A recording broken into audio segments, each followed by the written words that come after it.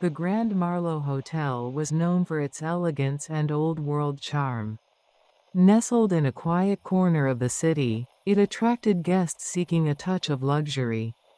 Evelyn Harper checked in late one evening, exhausted from her long journey. "Room 1313, please," Evelyn said, handing her reservation details to the receptionist. The young man behind the desk frowned. "Ma'am, we don't have a room 1313. Evelyn furrowed her brow. "That's impossible. I booked it online. It was listed clearly." He looked confused but offered a polite smile. "Let me check again." After a moment, he shook his head. "I'm sorry, but we don't have a room 1313. Perhaps there's been a mistake." Evelyn was about to argue when another receptionist, an older woman, interrupted. "Perhaps she means the East Wing," she said, her voice tight. "It's been under maintenance, but maybe she was placed there by accident." Without another word, the older woman handed Evelyn a key. "The elevators are to your left. Good night."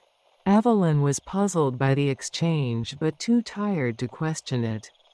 She rode the creaking elevator up to the 13th floor and walked down a dimly lit hallway. At the very end, she found room 1313. The door was heavy, the key sticking in the lock before it finally turned. Inside, the room was quiet and dark, with an old-fashioned charm, velvet drapes, antique furniture, and a faint scent of lavender. Her suitcase was already waiting on the bed. As Evelyn unpacked, she felt a strange chill in the air. The heater hummed softly, but the cold seemed to seep from the walls. Shrugging it off, she climbed into bed, pulling the covers tightly around her. That night, she dreamed of whispers, faint, indistinct, like a crowd murmuring just out of earshot. She woke with a start, her heart racing. The room was silent, but she couldn't shake the feeling of being watched. The next morning, Evelyn went to the lobby. "Excuse me," she said to the young receptionist. "There's something odd about room 1313. It feels strange." His face went pale. "Ma'am, as I said last night, we don't have a room 1313. Evelyn felt a flicker of anger. "I slept there. My belongings are still inside." He exchanged a nervous glance with the older receptionist. "I'll have someone check," she said reluctantly. Evelyn followed them back to the 13th floor, but when they reached the end of the hallway, the door to room 1313 was gone. In its place was a blank wall. "Impossible." Evelyn gasped. "It was right here." The older receptionist hesitated, her voice low. "Ma'am, are you certain? This part of the East Wing has been closed for years." Evelyn pushed past them, running her hands over the wall where the door had been. She felt nothing but cold plaster. "My things are in there. My suitcase, my clothes, they're all inside." The young man shifted uncomfortably. "Perhaps you're mistaken." "I am not mistaken." Evelyn snapped. That night, desperate for answers, Evelyn returned to the hallway alone. She pressed her palms against the wall, searching for any sign of the door. As midnight approached, she heard it, a faint creak, like a door opening. She turned. The door to room 1313 was back, its surface scratched and weathered. Trembling, she reached for the handle and pushed it open. Inside, her belongings were exactly where she'd left them. But the room felt different, darker, colder, and suffocatingly silent. A shadow moved in the corner, just out of reach of the dim light. Evelyn froze. "Who's there?" she whispered. The shadow didn't answer. Instead, it grew, spreading across the walls like ink in water. A voice hissed, low and menacing, "You shouldn't have come back." Evelyn backed toward the door, but it slammed shut with a deafening thud. The whispers returned, louder now, overlapping and chaotic. The shadow surged toward her, and icy fingers wrapped around her wrist. She screamed, pulling free and bolting out of the room. When she reached the lobby, she was pale and shaking. "Room 1313, she stammered. "It's cursed." The older receptionist nodded grimly. "It's not supposed to exist," she said. "And yet, sometimes, it does."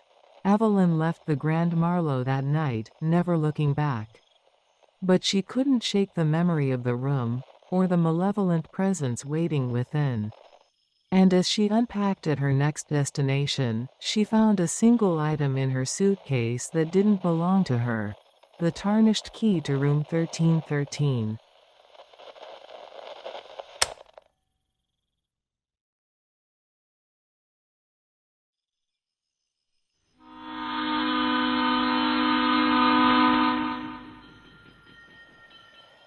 It was past midnight, and Alex was tired.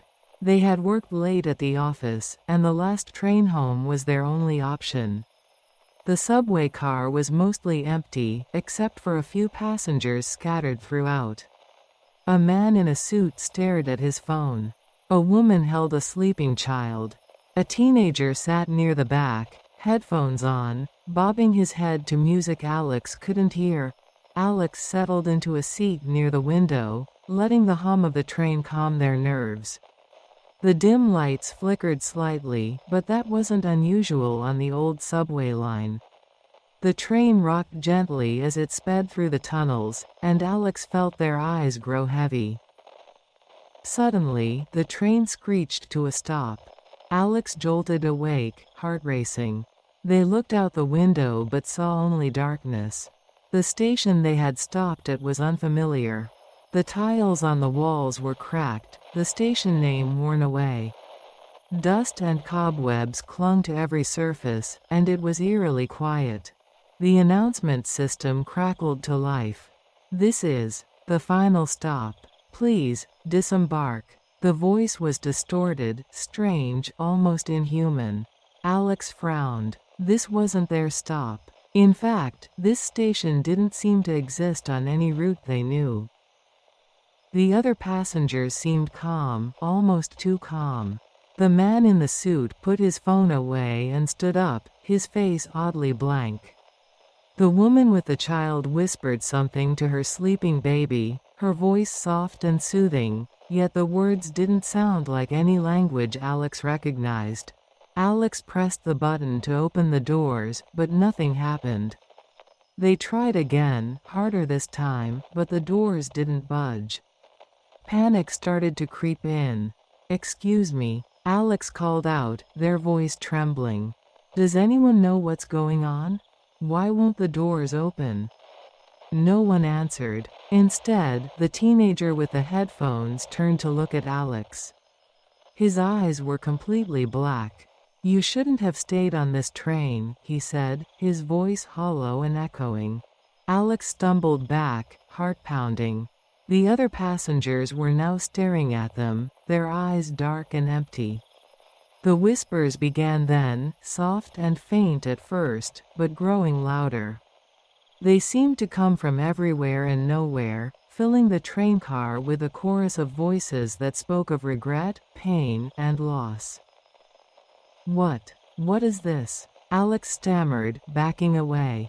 They clutched the cold metal pole for support, their hands trembling. "You didn't listen," the woman with the child said, her voice layered with an unnatural echo. She stood now, her child still asleep in her arms. "The last train isn't for the living." "What does that mean?" Alex cried, their voice breaking. The man in the suit took a step closer, his face shifting, becoming something twisted and skeletal.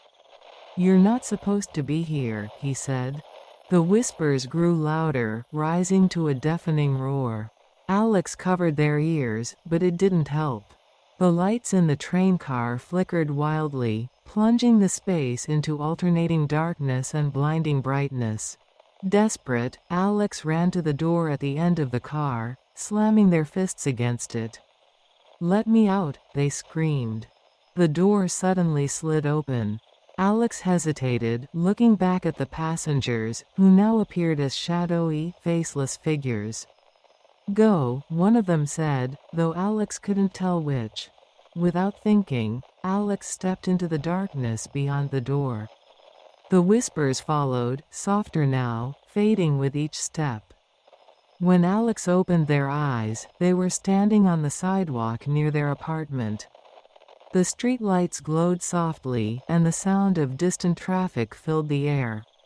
Alex looked back, but the subway entrance was gone, replaced by an old, boarded-up structure.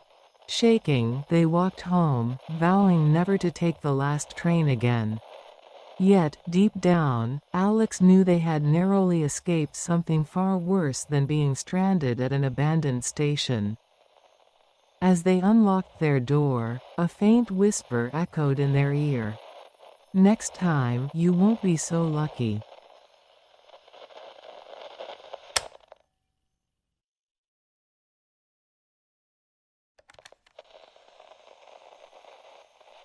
Julian was a man of ambition, always searching for shortcuts to wealth and power. Yet, fortune had always eluded him, leaving him bitter and desperate. One rainy evening, as he wandered the empty streets of a forgotten city, he stumbled upon a small, dimly lit shop. Its sign read "Curiosities and Wonders." Curiosity got the better of him, and he stepped inside. The shop was crammed with strange artifacts, jars filled with glowing liquids, masks with hollow eyes, and books bound in cracked leather. Behind the counter sat an old man cloaked in shadows. "You seek something extraordinary," the man said, his voice smooth and knowing. Julian hesitated but nodded. "Something that can change my life." The man smiled thinly and reached beneath the counter, pulling out a black wooden box. He opened it to reveal a flower unlike anything Julian had ever seen. Its petals were as dark as midnight, with a faint iridescent shimmer, like a whisper of starlight. "This is the Black Lotus," the man said. "Each petal grants a wish, but be warned, power always comes with a price." Julian's eyes gleamed with greed. "How much?" The old man shook his head. "It is not sold. It is given." He slid the box toward Julian. "Take it, but choose your wishes carefully." Without another word, Julian grabbed the box and left. That night, he sat in his small, dilapidated apartment, staring at the flower. It seemed to pulse with a life of its own, as if it were breathing. Finally, he plucked a single petal and held it between his fingers. "I wish for wealth," he said aloud. The petal disintegrated into ash, and a sharp pain shot through his chest. He gasped, clutching at his heart, but the pain subsided as quickly as it had come. Moments later, his phone buzzed. A message from a lawyer informed him that a distant relative had passed away, leaving him a vast fortune. Julian laughed in disbelief. It worked. In the days that followed, he reveled in his newfound wealth. He bought a mansion, expensive cars, and clothes fit for royalty. Yet, something felt off. At night, he heard whispers in the darkness, faint and unintelligible, but they filled him with unease. Then came the dreams. Twisted visions of shadowy figures and crimson eyes staring from the void. He woke each night drenched in sweat, the image of the Black Lotus burned into his mind. But Julian's greed outweighed his fear. "I wish for power," he declared, plucking another petal. This time, the pain was excruciating, as if his very soul were being torn apart. When it passed, he found himself rising in influence. His words carried weight, his presence commanded respect, and doors that had always been closed now opened effortlessly. Yet, the whispers grew louder. His reflection in mirrors began to distort, his eyes hollow and rimmed with darkness. His body, once strong and healthy, grew gaunt and frail. Still, he ignored the signs, consumed by his desires. Julian's third wish came in a moment of desperation. A rival had emerged, threatening his newfound power. Driven by paranoia, he plucked another petal. I wish for my enemies to be destroyed. The consequences were immediate and brutal. The rival and his associates died in horrific accidents, car crashes, fires, freak mishaps. But Julian felt no relief, only a gnawing sense of dread. His body began to deteriorate. His skin turned gray and brittle, and his hair fell out in clumps. The whispers became a constant roar, screaming his name, accusing him, mocking him. The black lotus, now reduced to a single petal, seemed to glow with malevolent light. Julian, teetering on the brink of madness, clutched the flower and screamed, "I wish for it all to stop." The final petal crumbled into ash, and the world around him went silent. When Julian woke, he was back in his old apartment, penniless and broken. The mansion, the cars, the power, it was all gone. But something far worse remained. His reflection was no longer his own. The creature staring back at him had sunken eyes, jagged teeth, and blackened veins snaking across its withered skin. He screamed, but the sound that came out was not human. From the shadows of the room, the old man from the shop emerged, smiling coldly. "The Black Lotus does not grant wishes," he said. "It takes. You are now its vessel, cursed to carry its burden and lure others into its trap." Julian tried to speak, but his voice was lost in a chorus of whispers that now echoed endlessly in his mind, and so he wandered the streets, a broken shell of a man, clutching the black wooden box, waiting for the next desperate soul to stumble upon him.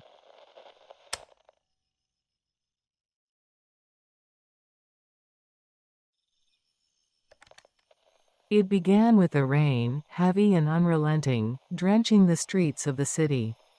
Detective Jack Harper sat at his desk, the dim glow of his desk lamp illuminating a stack of missing persons files. 7 names, 7 lives, vanished without a trace. Jack flipped through the pages, his frustration growing. No witnesses, no evidence, just silence. He muttered to himself, 7 people gone. How does that even happen?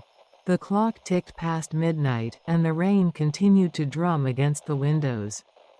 Jack rubbed his temples, exhaustion pulling at him, but he couldn't shake the feeling that he was missing something.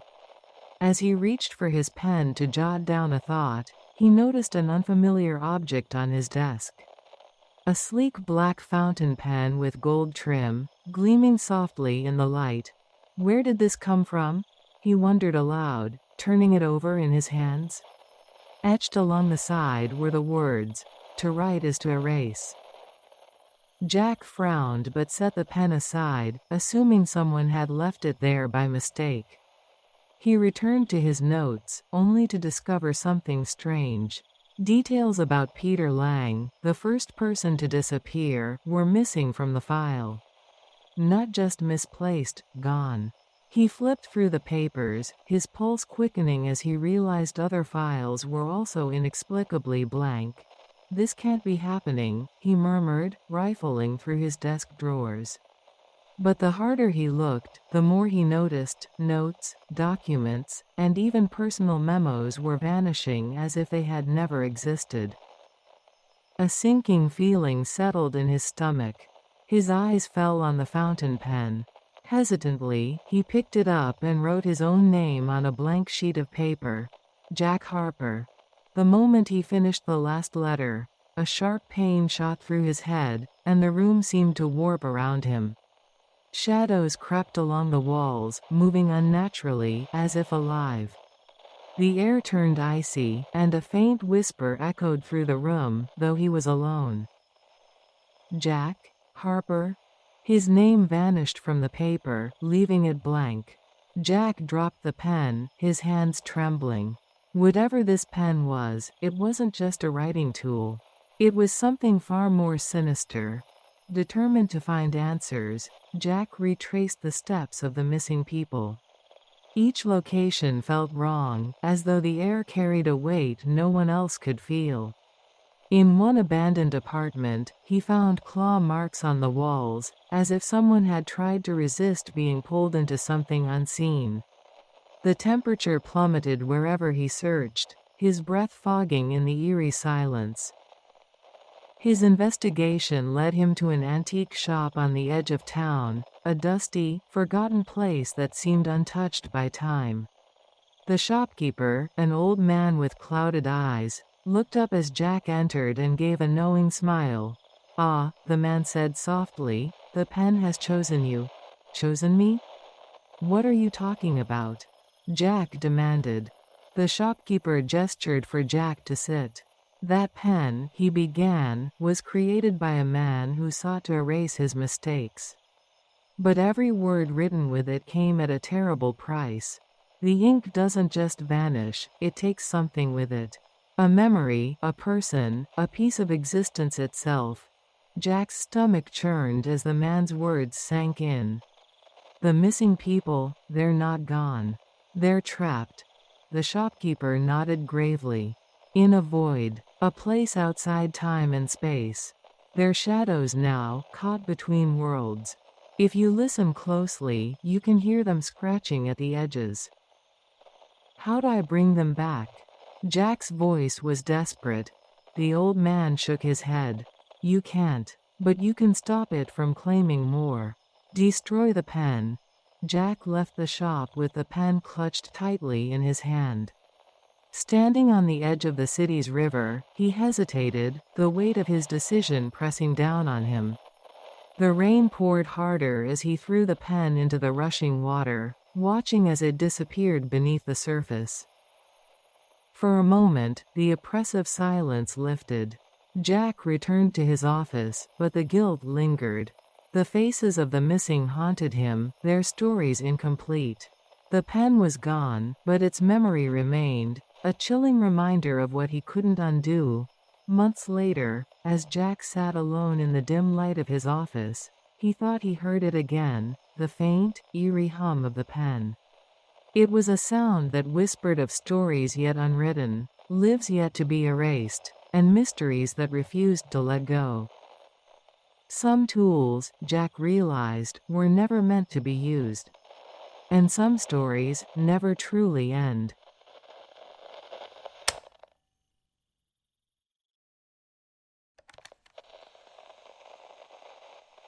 In a small, forgotten town shadowed by endless storms, there lived a dreamweaver named Marin. Her gift was rare and perilous. She could enter the dreams of others, guiding them through their fears and unraveling the knots of their subconscious. Her talents were whispered about, sought after by desperate souls. One evening, as the rain drummed against her window, a knock at the door startled her. A man stood there, drenched, his face pale and haggard. "You're Marin, the Dreamweaver?" he asked, his voice trembling. She nodded, motioning for him to enter. "I'm Elias," he said, sinking into a chair. "I need your help. The nightmares, they're unbearable. They're not just in my sleep anymore, they're bleeding into my waking hours. I see them everywhere." Marin studied him. Dark circles rimmed his bloodshot eyes, and his hands trembled uncontrollably. She had seen many plagued by dreams, but there was a darkness about him that made her uneasy. "I'll help you," she said, though her instincts screamed against it. That night, Marin prepared herself. Sitting across from Elias, she held his hands and closed her eyes, focusing on the thread of his consciousness. She felt the pull, a deep, suffocating drag, and suddenly, she was inside his dream. The world around her was warped and wrong. The sky was a swirling mass of black and red, and the ground beneath her feet shifted like quicksand. Shadows moved in the corners of her vision, whispering in voices she couldn't understand. Elias appeared beside her, trembling like a child. "This is it," he said. This is where they come for me." Before Marin could ask who they were, a low growl echoed through the air. She turned to see a creature emerge from the darkness. It was tall and grotesque, with elongated limbs and a face that shifted between human and beast. "It knows we're here," Elias whispered. The creature lunged, and Marin instinctively raised her hands, summoning a barrier of light. The monster recoiled, hissing, but the effort left her drained. "Elias," she said, her voice firm, "we need to find the source of this nightmare. It's feeding off your fear." Elias hesitated but nodded. Together, they ran through the distorted landscape, the creature stalking them from the shadows. They reached a clearing where a massive, pulsating heart-like structure stood, rooted deep into the ground. It was blackened and oozing, emitting an aura of pure malice.